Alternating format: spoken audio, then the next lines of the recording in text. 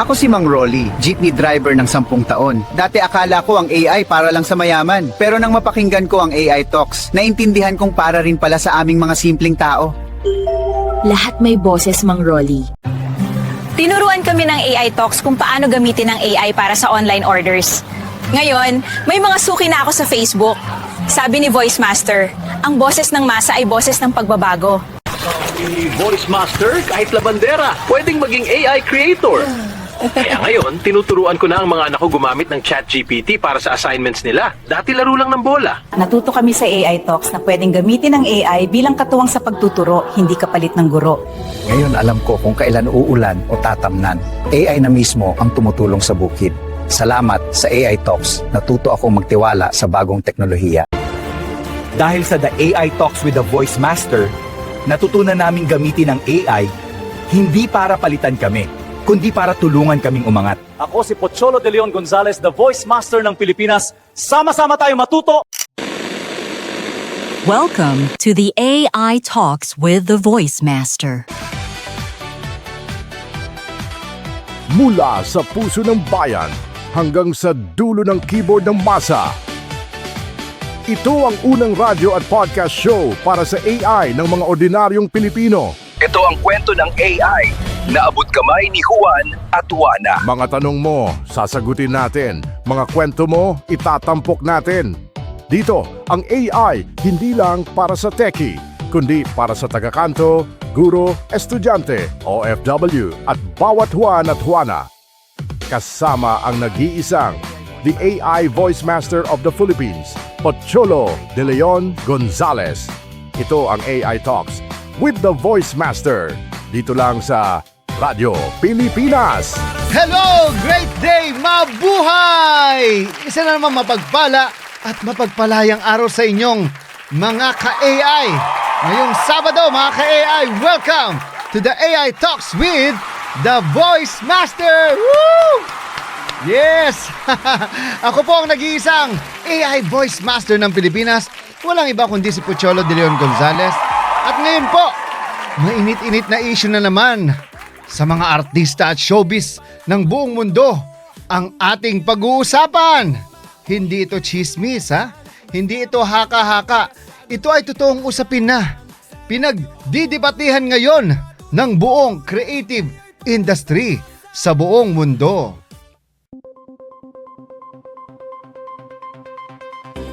This is the AI Talks with the Voice Master. Your front row seat to the rise of artificial intelligence in the Philippines and beyond. The stories, the voices, the future, all in one conversation that matters. Welcome to the AI Talks with the Voice Master.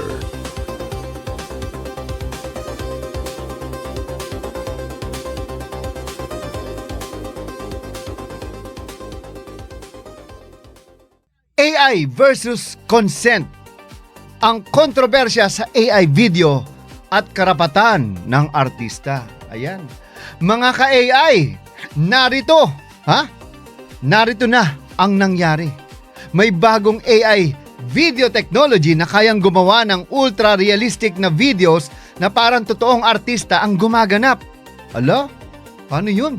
Hindi lang mukha, pati boses, pati galaw, acting style. Ayan. Okay. Pero may kumakalat na video na ginagamit umano ang likeness. No? Grabe yun. Ng mga sikat na artista na walang pahintulot.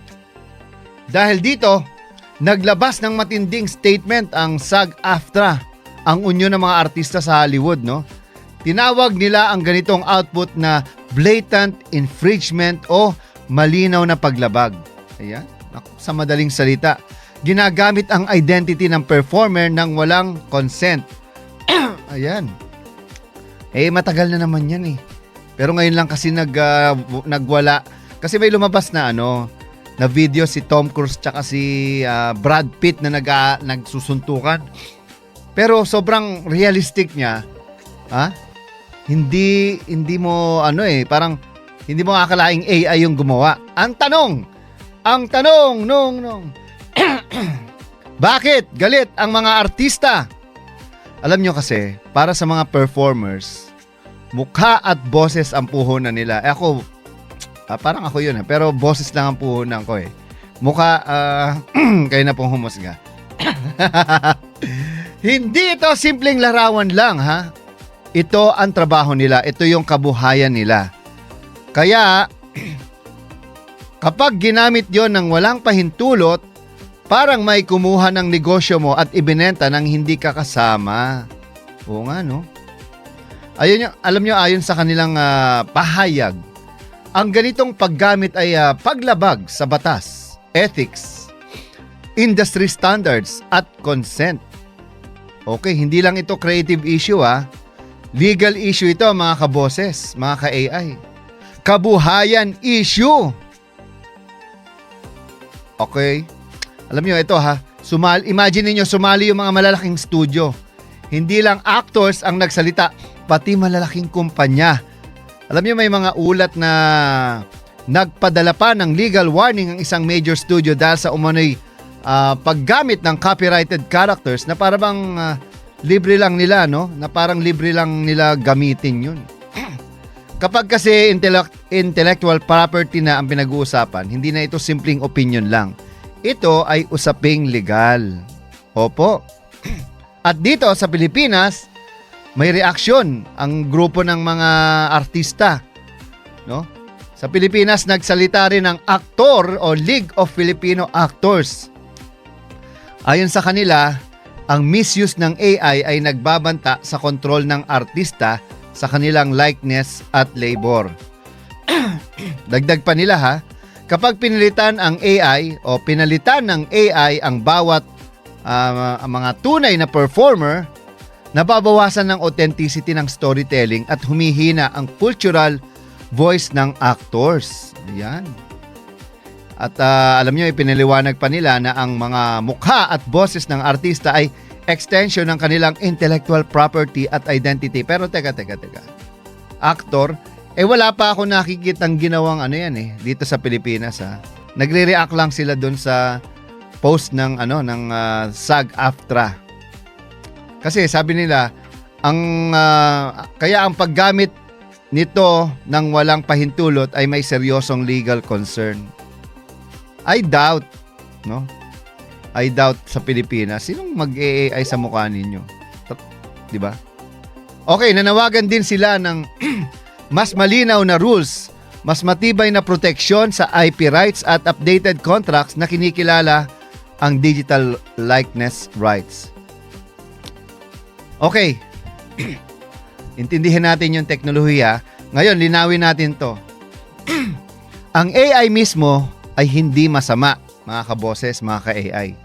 Tool lang ito, katulad ng camera o microphone. Like ito, camera yan. Pero napapanood nyo, ito, microphone. Hindi camera ang may kasalanan kung may maling ginawang video. Tao pa rin ang may control. Ibig sabihin, hindi AI ang problema. Ang problema ay ang misuse. Ito hindi ko kinakampihan ng AI pero may contradiction dito. Ito ang realidad. AI kayang tumulong sa creators. AI kayang magbigay ng oportunidad sa mga walang access noon. At AI kayang mag-level up ng production. Pero sabay nito, AI din kayang mangopya. AI kayang magpanggap at ang AI kayang abusuhin. Kaya kaya hindi simple ang issue, hindi ito pro-AI versus anti-AI. Mas malalim ito. Tara, i-balance natin yung ating pagtingin dyan at pananaw. Alam nyo, may grupong nagsabi ng balanced perspective. Ang pangalan ng grupong ito ay Acting Innovators. Actors for Innovation. Sabi nila, technology is not the enemy of artists. Misuse of technology is. Innovation kapag may ethics at consent, nagpapalawak ng opportunity at nagbibigay kapangyarihan sa performers. Tama! Tulad ko, ako, may consent akong gamitin yung boses ko ng kahit sino sa buong mundo na Pilipino. O ngayon, ang boses ko nagkalat kasi I allowed them, I gave consent. Positive or negative man nila gamitin yan, I don't care as long as nakakatulong ako. Ang problema kasi sa mga artista, feeling nila sila lang ang tao, sila lang yung magaling, sila lang yung sikat. Hello, mga artista! This is your chance na mag-adapt, mag-embrace ng change. Ang tagal nyo ng pinagkakitaan niyo, mukha ninyo at yung acting nyo. No? We don't know in the future ano mangyayari. Ayon nga dito sa AI or mga actors, innovators, hindi mawawala o nawawala ang halaga ng artista kapag gumanda at gumaganda ang tools. Mas lumalakas sila kapag natututo silang gamitin ito.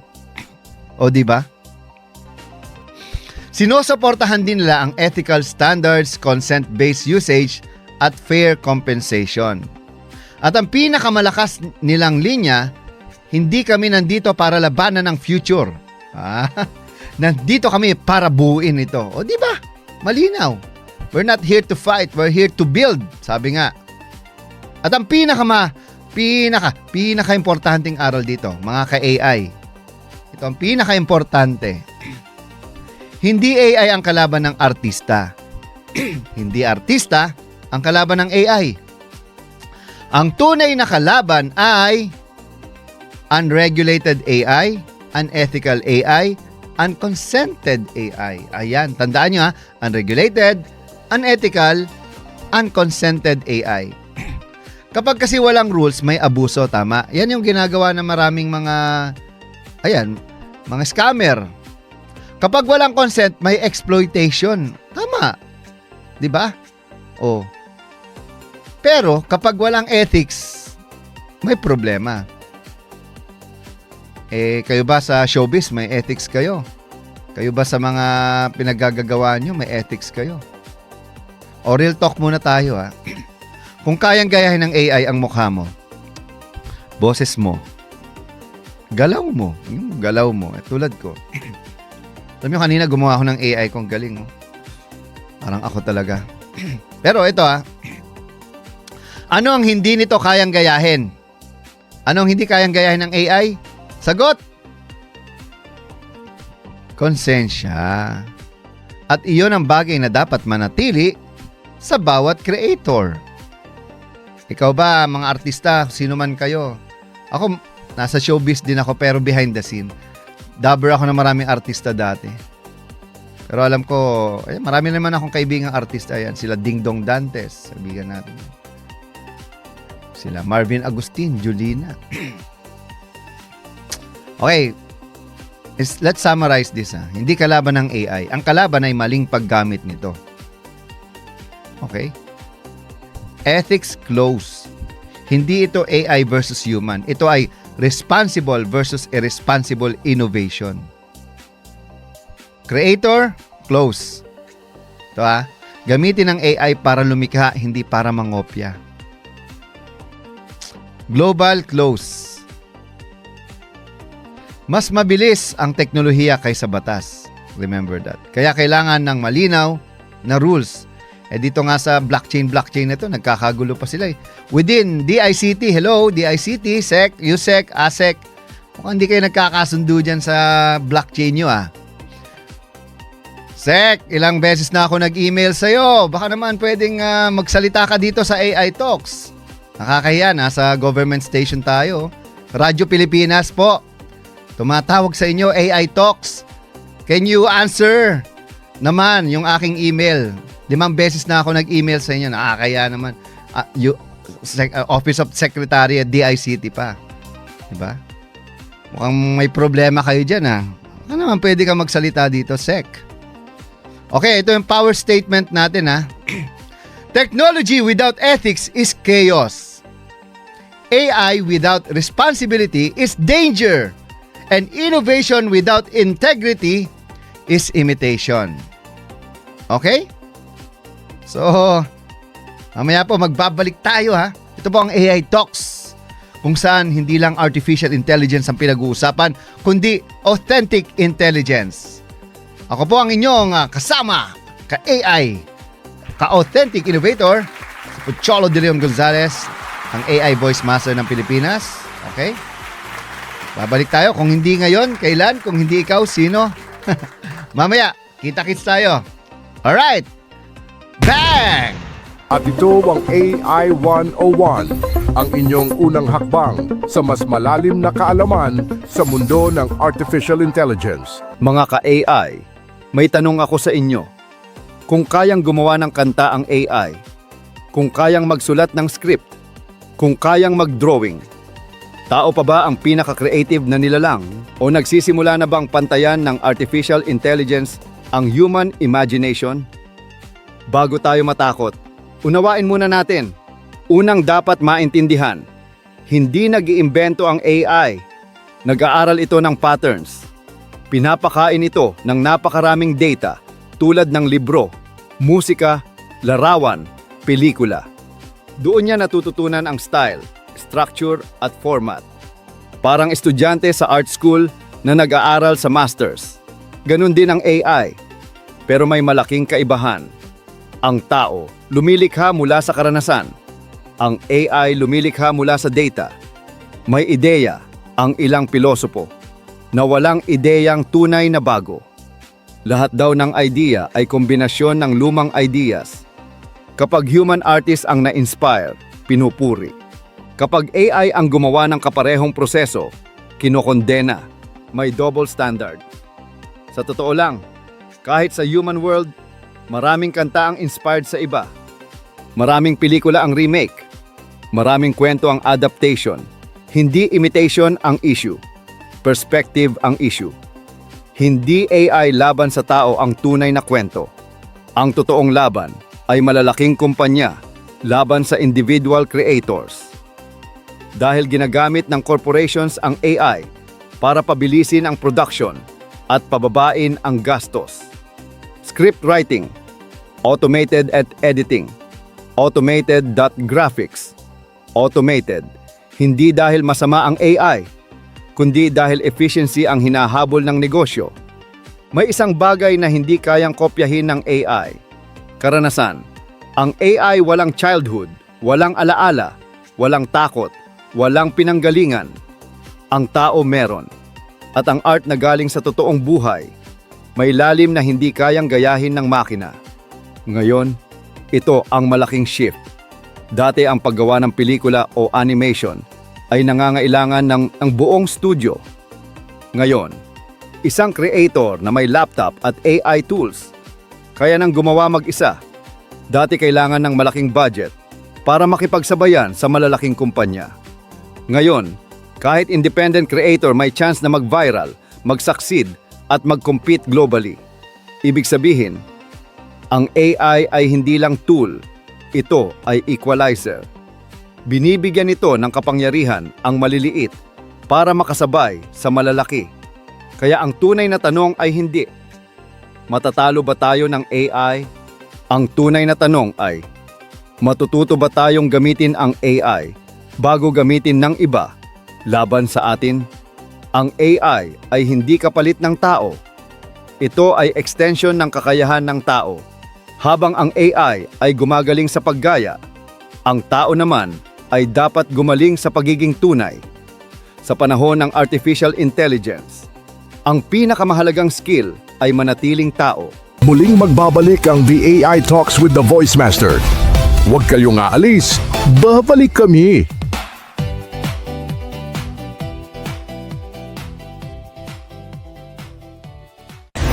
Muling nagbabalik ang boses ng Artificial Intelligence para sa bawat Filipino. Ito na ang The AI Talks with the Voice Master. Kasama ang nag-iisang AI Voice Master Pocholo De Leon Gonzales. Ang mga tagapagbalita ng programang ito, sina Ira at Ivan, ay mga AI-generated animated reporters. Bagamat kami ay produkto ng artificial intelligence, ang lahat ng balita, impormasyon at analysis na aming inihahatid ay totoo, beripikado at batay sa lehitimong pinagkukunang sources.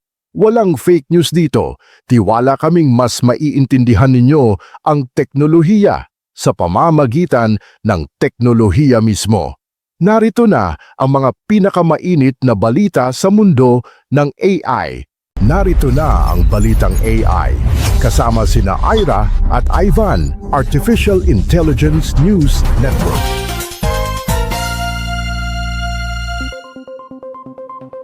Balitang AI.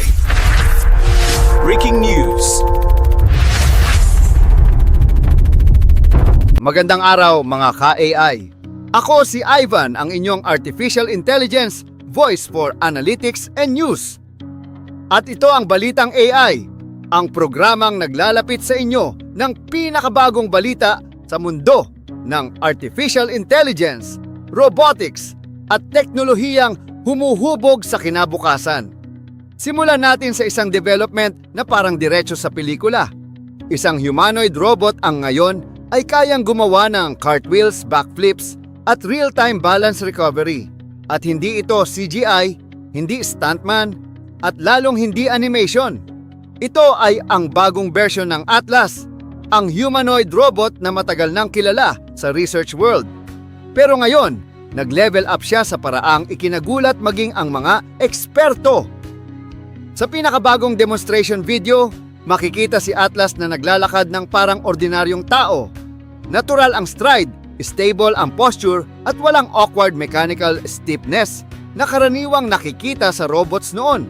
Pero ilang segundo lang ang lilipas, biglang magta-transition ang robot sa athletic motion.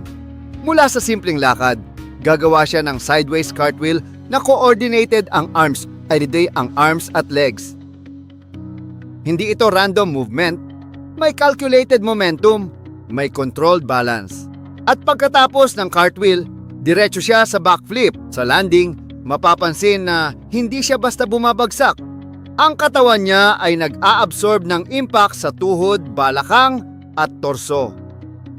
Ibig sabihin, marunong siyang mag-distribute ng force sa katawan niya. Pinakita rin sa footage ang mga failed attempts. May moments na natumba siya, nawala ng balanse o nagkamali ng step. At dito lalong naging malinaw ang breakthrough. Sa isang eksena, mali ang tapak ng paa niya sa step. Pero bago pa siya tuluyang mawala ng balance, nag-adjust siya. Micro-correction, automatic, walang human intervention. Ang ibig sabihin nito, hindi ito pre-programmed animation. Ito ay real-time decision-making, real physics response, real feedback control. At ayon sa developers, ang parehong learning framework ang ginagamit niya sa paglalakad at sa pag-flip. Iisang system lang, hindi hiwalay na program bawat galaw. Mga ka-AI, hindi lang ito impressive demonstration. Ito ay patunay na ang humanoid robots ay papasok na sa bagong yugto ng kakayahan. At habang nangyayari ito sa Amerika, may mas kakaibang eksena namang nagaganap sa Asia. Para doon, ibibigay ko ang detalye kay Ira. Salamat, Ivan! Ako naman si Ira, ang inyong Artificial Intelligence Reporter Analyst. Habang ang Amerika ay nagtatanghal ng athletic robot engineering, sa China naman ay may eksenang nag-viral sa buong mundo. Isang robotics company ang naglabas ng video kung saan ang humanoid robots ay gumagawa ng kung fu kasama ang tunay na Shaolin monks. Oo, hindi actors, hindi simulation. Totoong martial artists ang kasama nila sa training. Ang setting pa ay ang Shaolin Temple na kilala sa buong mundo bilang pinagmulan ng Shaolin, Kung Fu at simbolo ng disiplina, mastery at centuries ng martial arts philosophy. Sa video, ang mga robot ay gumagalaw ng may timing, precision at coordination. Hindi lang simpleng pose imitation. Nakikita ang balance control, speed adjustments at synchronized sequences. Iba-iba ang reaksyon ng mga nakapanood. May natuwa, may namangha, at may ilan ding nakaramdam ng konting kaba. Bakit? Dahil ang eksenang ito ay malinaw na indikasyon na ang robots ay unti-unting pumapasok sa mga larangang dati ay eksklusibong tao lamang ang gumagawa. Tulad ng physical mastery at complex motion skills. Pero hindi ito one-time stunt. Noong mga nakaraang buwan, ipinakita rin ng parehong kumpanya ang humanoid robot nila na nagbibisikleta na parang tao at gumagawa ng advanced flips. Ibig sabihin, tuloy-tuloy ang development trajectory. Ang robot na ito ay pinapagana ng isang AI system na may kakayahang matuto ng galaw kahit walang prior training sa specific task. Ang konseptong ito ay tinatawag na zero sample learning. May isa pa silang teknolohiya na tinatawag na latent action modeling. Sa simpleng paliwanag, natutunan ng robot ang galaw ng tao sa pamamagitan ng pag-analyze ng sunod-sunod na visual frames at nag-i-infer siya kung ano ang susunod na motion. Ang mahalaga dito, hindi niya kailangan ng napakaraming labeled data para matuto. Mas mabilis ang adaptation. At hindi lang isang robot ang kayang gumawa nito. May capability silang multi-robot synchronization. Kaya sa video, makikita ang grupo ng humanoids na sabay-sabay gumagalaw ng coordinated, parang dance troupe, pero puro robots. At lalo pa nila itong pinatunayan sa isang live event sa Shanghai, kung saan 16 na humanoid robots ang nag-perform sa isang oras na stage show. May sayaw, may skit, may choreography, at may interaction pa sa human performers. Ang event na yon ay hindi lang entertainment. Isa rin itong real-world stress test ng system stability, timing precision, at coordination across multiple machines. Ibig sabihin, hindi na lang individual robot ang sinusubok ngayon, kundi robotic teams. Ngunit ang tanong, bakit ba ginagawa ang lahat ng athletic demonstrations na ito? Para sagutin yan, ibabalik ko ang balita kay Ivan. Salamat, Ira. Mga ka-AI, maraming nagtatanong, bakit kailangang mag-flip o mag-kung fu ang robot kung ang goal naman ay magtrabaho sa factory o tumulong sa industriya? Ang sagot ay nasa science ng motion control. Ang flips, spins, at martial arts movements ay extreme tests ng body coordination. Kapag kaya ng robot ang high-intensity dynamic motion, ibig sabihin kaya rin niyang mag-perform sa unpredictable environments. Sa totoong mundo, hindi perfect ang conditions. May obstacles, may slippery surfaces, may unexpected forces, may sudden movement ng objects o tao. Ang robot na kayang mag-recover mula sa maling step placement o sudden imbalance. Mas reliable sa real-world tasks. Ito ang dahilan kung bakit ang mga demonstration na nakikita natin ngayon ay hindi circus tricks. Ito ay training ground para sa industrial robots ng hinaharap. Ang production version ng humanoid platform na ito ay inaasahang gagamitin sa manufacturing environments sa mga susunod na taon. Ang unang task na target ay part sequencing, kung saan kailangang mag-identify, mag-pick, at mag-arrange ng components ng tama ang order. Sa susunod na phase, target ang full component assembly. Ibig sabihin, hindi na lang assistant, kundi aktwal na bahagi ng production workflow ang robot. May advanced tactile sensing ang grippers ng industrial version. Mahalaga ito dahil sa assembly task, kailangan ng tamang pressure control. Kapag masyadong malakas ang grip, masisira ang part. Kapag mahina, mahuhulog. So ang ability ng robot na maramdaman ang contact force ay critical sa precision work. At kung pagsasamahin natin ang development sa Amerika at China, malinaw na may global acceleration sa humanoid robotics. Hindi na ito isolated research projects. Ito ay global technological race.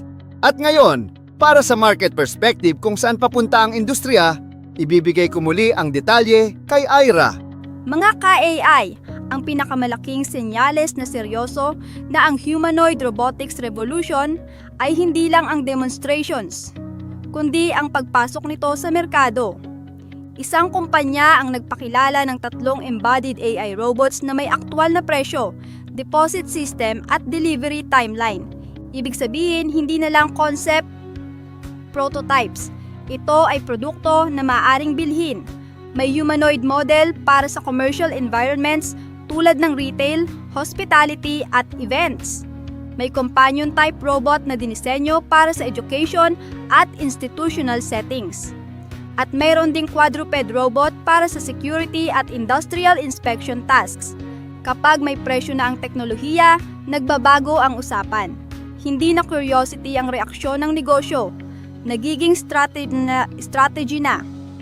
Ang mga kumpanya ay magsisimulang magtanong kung paano nila ito gagamitin sa operations kung magkano ang return on investment at kung paano nito mapapabuti ang efficiency.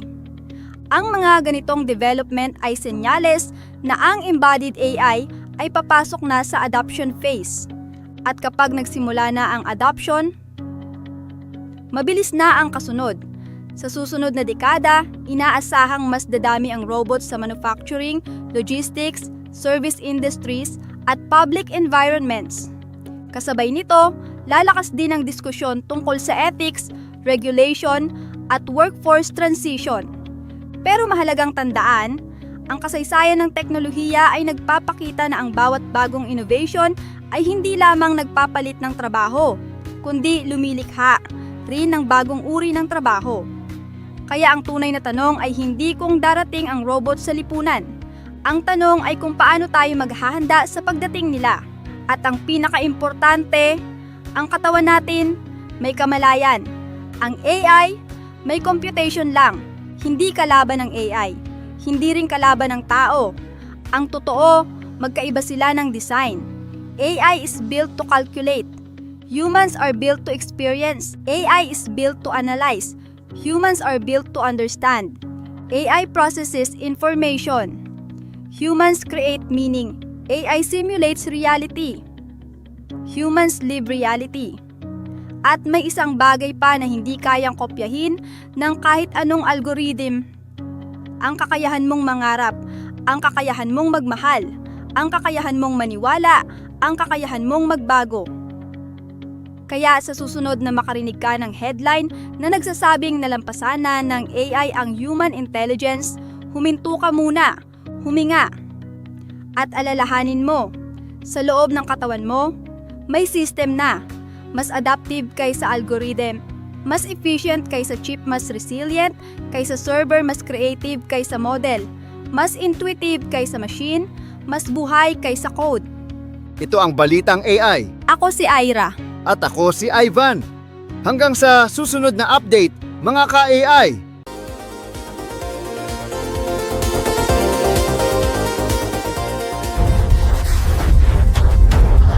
At ito ang Balitang AI, ang kauna-unahang AI News Network sa Pilipinas. Hanggang sa susunod na Sabado, dito lang sa Radyo Pilipinas.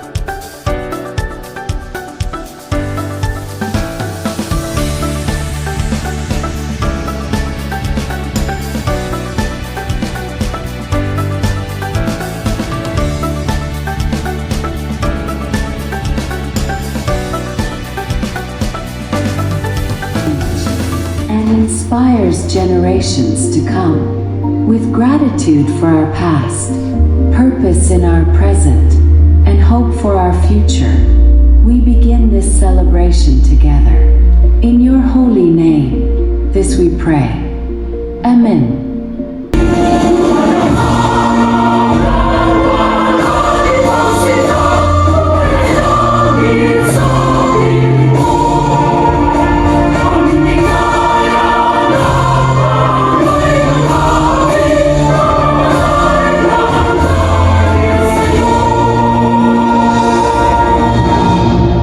It is still about understanding them, serving them, earning their trust, inspiring action. Technology changes, platforms change, but the human part stays the same. The Winford is located in Santa Cruz, Manila, beside Greater Chinatown, an area that has always been about commerce and relationships. Long before algorithms, people here built businesses face to face. They understood that trust moves markets. Winford operates in the same spirit. We aim to run a world-class hotel, but we stay very local in how we serve. Thank you, Mr. Jeffrey Rodrigo Elevora, for that warm remarks. President and Chief Operating Officer of Winford Manila Resort and Casino. Good afternoon, everyone. Hello. They say that in marketing, the most valuable asset you can have is a brand story. For 23 years, I've been building the story of AQA, our family business. But if I look back in the chapters over the last 15 years, there is one acronym that appears at almost every page. PMA. Who is PMA really to me? For the guests here today, the Philippine Marketing Association is the lighthouse of our industry. It is the premier body of marketing practitioners, not only in our country but also outside, dedicated to elevating the Filipino brand on a global stage. But to me, PMA is not just an organization, it's a masterclass. AQ has been a member for over 15 years, but my deepest journey began in 2017 when I stepped into support and leadership roles. I have served under and with past presidents, the CEO of Microterra Philippines, Ms. Arlene Pado Martinez, the past president and general manager of Celestial Media, Ms. Faith Abanyo. I learned about resilience. To my and our past presidents, you taught me that leadership is often about what you do when the cameras are off. You are not just the names on the wall, but the seismic forces that shifted the Philippine Marketing Association from a practice into a world-class profession. Thank you for honoring for serving. Exiting your outgoing EVP, Faye Arellano Martinez. Thank you, Ms. Faye Arellano Martinez, 2025 PMA Executive Vice President. The year 2025 proved to be challenging. From print to pixels, from intuition to innovation, marketing has evolved. I'd like to buy the world a home and furnish it with love. Mas ko'y narito na, asa. And at the heart of this transformation is the Filipino marketer. For 71 years, the Philippine Marketing Association has been at the forefront of innovation, resilience, and excellence. Today, we embrace a new era, where human creativity meets artificial intelligence, unlocking boundless possibilities.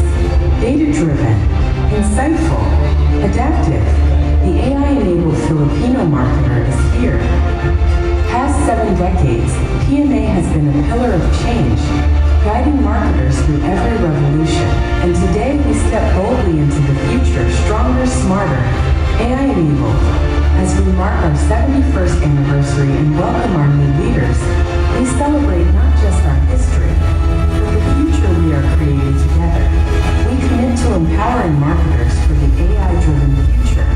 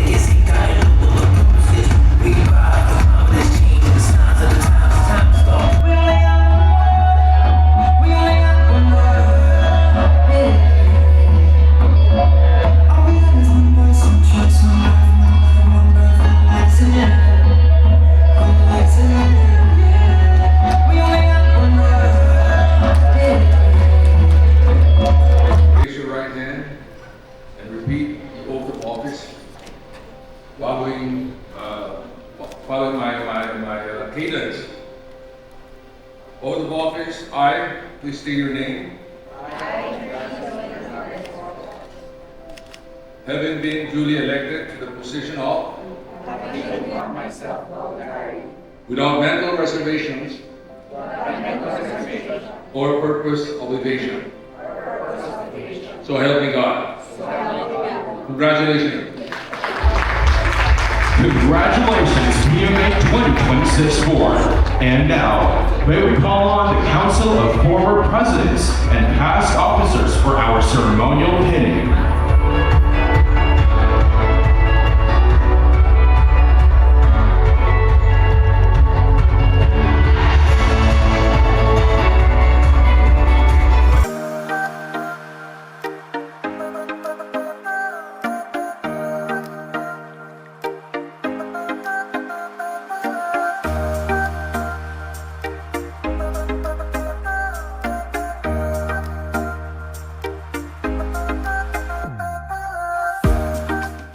We commit to advance marketing strategy of doing good beyond business for our people, our country, and future generations. We believe that business growth must coexist with planetary care and social upliftment. We commit to champion enterprises that protect the earth and preserve resources for future generations. We uphold marketing's responsibility to promote product stewardship, ensuring that goods are designed, consumed, and recovered with accountability throughout their life cycle. We advocate for circular economy, practices that transform waste into opportunity and sustainability into strategy. We guide consumers toward responsible choices, empowering awareness, mindfulness, and long-term thinking. We dedicate our influence toward uplifting the quality of life of the greater majority. Ensuring progress is inclusive, equitable, and meaningful. Through these commitments, Filipino marketers, catalysts of sustainable prosperity, serving people, protecting the planet, and shaping a future worthy of the next generation. Let us live oneness, build oneness, and create a better, wonderful world by choosing every day to do good beyond business. With faith in God, love for country, and service to people and planet, let us move toward uplifting lives and transforming our nation and the world. May the force of goodness guide us always. Let us serve, let us lead, let us act for the greater good. With all your support and God's guidance, I am Michelle Mitch de Ocampo Ballesteros, signing in, ready to serve as a 72nd President of the Philippine Marketing Association. To God be the glory, maraming salamat, mabuhay ang mga Filipino marketers, mabuhay ang Philippine Marketing Association, mabuhay ang mabuting Pilipinas.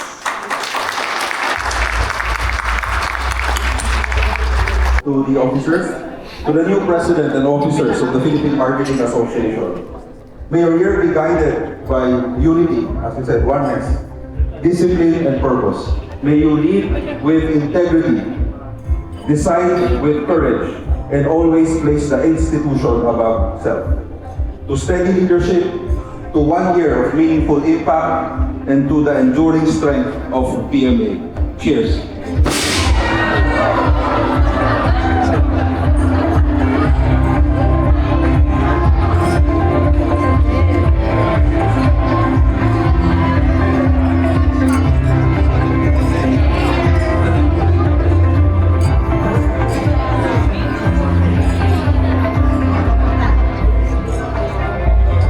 May we ask the 2026 PMA board to please come up on stage.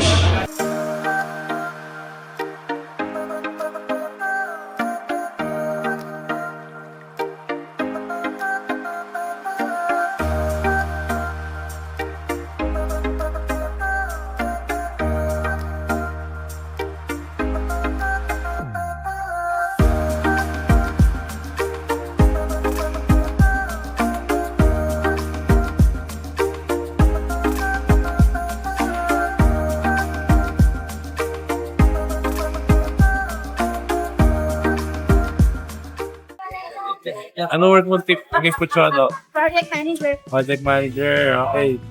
Nag-amit mo siya nung nasa ABS-CBN pa siya. Opo. Sa anime. So, way back po. Continuous naman po, mga anime rights namin. Ngayon, di expert na siya. Opo, AI namin kakapalahan. Kakapal na AI na. Opo. See you. Regards kay Puchono. Opo. Sure. Kami po ay nag-aabang. Hi, Poch! Hello mga ka-AI! Yes! Welcome back po tayo dito sa AI Talks with the Voice Master. Bago tayo magtapos, balikan natin ang pinakabuod ng usapin natin ngayon.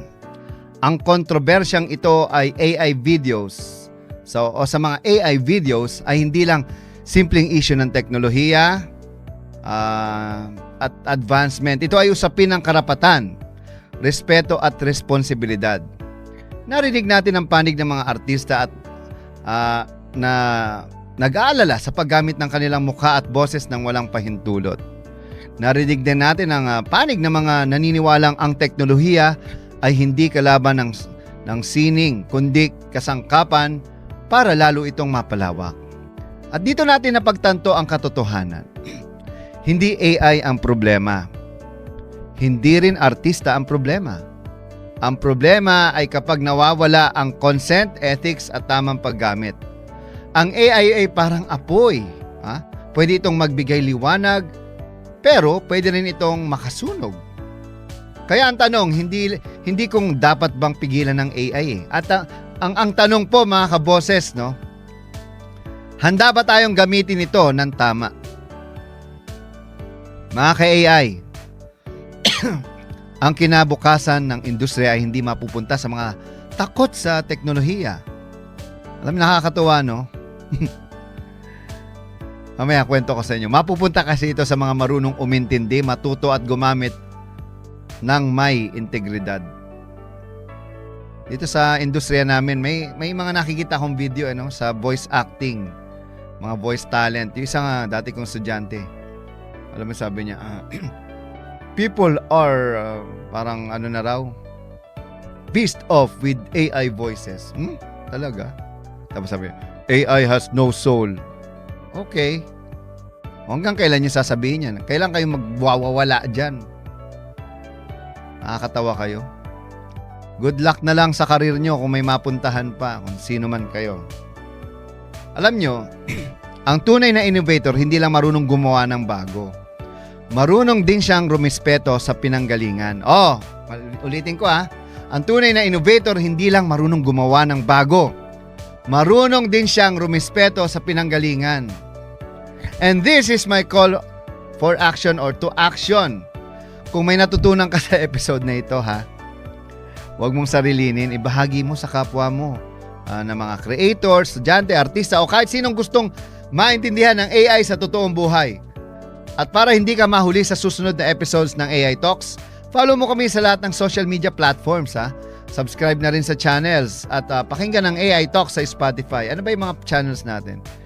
Di Voice Master, hanapin yan. Creative Voices, Certified Voice Artist Program at AI Talks with the Voice Master. Nasa YouTube din tayo at meron tayong Facebook account. Dahil dito, hindi lang AI ang pag-uusapan at pinag-uusapan. Kinabukasan din ang pinaghahandaan. Okay, it's time to sign off mga kaboses. Mga ka-AI, ako po, si Pocholo De Leon Gonzales, ang inyong AI Voice Master ng Pilipinas. Nagpapaalala sa inyo na kung hindi ngayon, kailan? Kung hindi ikaw, sino? Hanggang sa muli mga ka-AI, stay inspired, stay informed, stay human. Okay? Tandaan nyo, ang AI ay hindi kapalit ng guro, kundi katuwang sa pagtuturo. Maraming salamat at magandang araw at great day sa inyo lahat. Maraming salamat. God bless everyone. Woo! AI para sa masa. Bye. See you next week.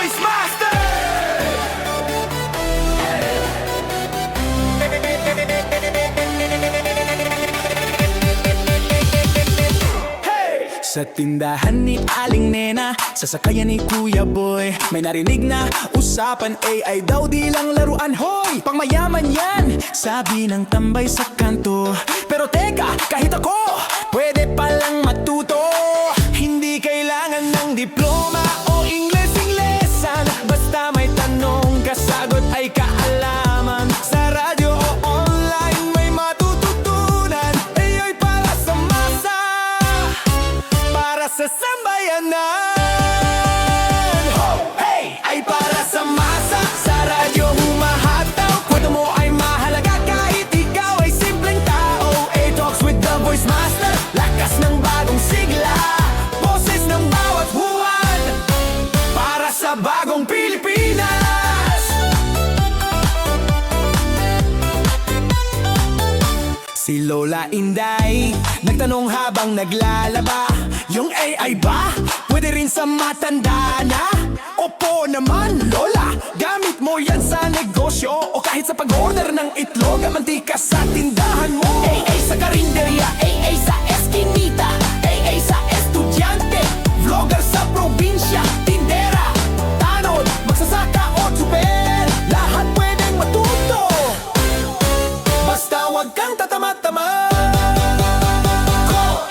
Ay para sa masa, sa radyo humahataw. Kwento mo ay mahalaga kahit ikaw ay simpleng tao. AI Talks with the Voice Master, lakas ng bagong sigla, boses ng bawat huwan, para sa bagong Pilipinas.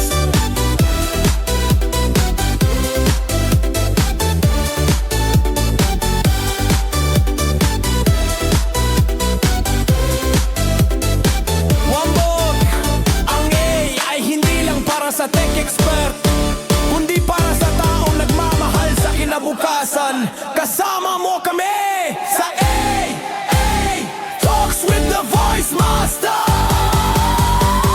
Hey, ay para sa masa, ay para sa masa, sa radyo humahataw. Kwento mo ay mahalaga kahit ikaw ay simpleng tao. AI Talks with the Voice Master, lakas ng bagong sigla, boses ng bawat huwan, para sa bago